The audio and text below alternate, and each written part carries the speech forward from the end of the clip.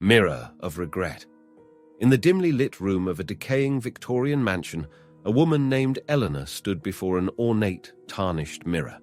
Her eyes, tired and heavy, met the glassy surface as if seeking refuge from the relentless passage of time. Eleanor, once a radiant beauty, had aged far beyond her years. Her once vibrant auburn hair now hung like lifeless tendrils around her withered face, and her emerald eyes had lost their sparkle. The room itself bore the heavy weight of time, its walls adorned with faded wallpaper, and the floor creaked in protest as if echoing the sorrow that enveloped Eleanor. As she gazed into the mirror, she expected to see the reflection of her older self, a face she had grown accustomed to, if not fond of. But instead, the glass presented her with the visage of a stranger. A man with sharp, piercing blue eyes, dark and brooding, stared back at her. His strong jaw was clenched with a resolute determination, a stark contrast to Eleanor's sagging skin and weary countenance. Eleanor gasped, her heart pounding in her chest. She staggered back, her trembling hands clutching the frayed edge of her dressing gown. She watched in stunned disbelief as the man in the mirror began to move. He raised his hand, mimicking Eleanor's actions, and his lips parted as if to speak. "Who are you?" Eleanor whispered, her voice quivering. The stranger's lips curled into a subtle, enigmatic smile, and he replied, "I am the reflection of your forgotten dreams, Eleanor." Eleanor took a step closer to the mirror, her curiosity outweighing her fear. "What do you mean?" she asked, her voice barely audible. The man in the mirror extended his hand toward Eleanor, and as their fingers touched the cold surface, she felt an electric jolt shoot through her body. The room around her seemed to blur and dissolve, and Eleanor found herself standing in a lush garden bathed in the soft, golden light of the setting sun. The air was filled with the sweet fragrance of blooming flowers, and a gentle breeze rustled the leaves of the trees. Eleanor turned to look at the stranger who had emerged from the mirror. He was now a flesh-and-blood man, dressed in a suit that appeared timeless, neither modern nor old-fashioned. His striking blue eyes, framed by a mess of raven-black hair, bore into Eleanor's soul. "Who are you, truly?" Eleanor asked, her fear giving way to a strange exhilaration.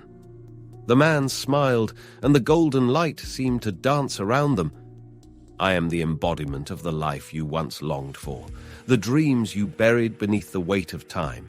I am the reflection of your forgotten desires, Eleanor." Eleanor's heart swelled with a mixture of longing and regret. In this garden, she felt a sense of youth and vitality she thought she had lost forever. The man reached out his hand, and Eleanor hesitantly placed hers in his. He led her through the garden, showing her scenes of a life she had yearned for but had never lived. She saw herself dancing with grace and elegance at grand soirées, her laughter filling the air. She saw moments of deep love and connection, a family she had always wanted but never had. Her eyes brimmed with tears as she watched these vivid visions of what might have been.